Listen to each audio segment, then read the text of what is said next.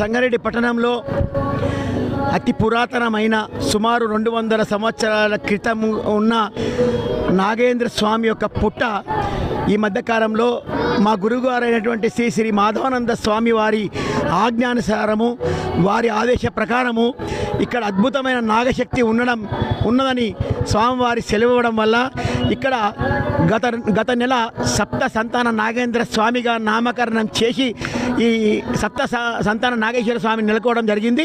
మరి ఈరోజు జనవరి 1వ తేదీ కాబట్టి ఈరోజు ఎవరైతే ఈ పాలు అభిషేకం చేస్తారో వాళ్ళకు సప్త సంతాన నాగేశ్వర స్వామి యొక్క కృపా కటాక్షాలు కలుగుతాయని, సప్త సంతానం అంటే ఒక సంతానమే కాకుండా కూడా అష్ట ఐశ్వర్యాలు, ఎవరికైతే బాధ నుంచి విముక్తి ఉంటారో, ఎవరైతే ప్రాబ్లమ్స్ ఉంటారో ఈ నాగేశ్వరుడు ఇది తప్పక తీరుస్తాడని చెప్పి స్వామివారు ఇచ్చిన ఆదేశాన్ని ప్రకారము ఈరోజు 1016 లీటర్ల పాలు మేమందరం కలిసి ఈ నాగేశ్వర స్వామికి సమర్పించడం జరుగుతుంది.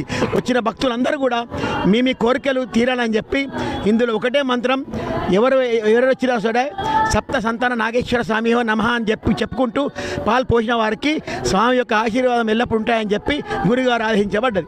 పట్టణ ప్రజలందరికీ నా యొక్క నమస్కారములు. అందరికీ నూతన సంవత్సర శుభాకాంక్షలు. ఈ సంవత్సరము 2026 అందరూ సుఖ సంతోషాలతో ఉండాలని కోరుకుంటున్నాను. ఇక్కడ చెరువు కట్ట మీద సప్త సంతాన నాగేంద్ర స్వామి గుడి మొన్ననే కొత్తగా నూతనంగా ప్రారంభించడం జరిగింది. ఇక్కడ ప్రతిష్టాపన కూడా జరిగింది, స్వామివారిచే మాధవానంద స్వామి వారిచే జరిగింది. ఇక్కడ ఈరోజు 1016 లీటర్ల పాలతో అభిషేకం చేస్తున్నాము.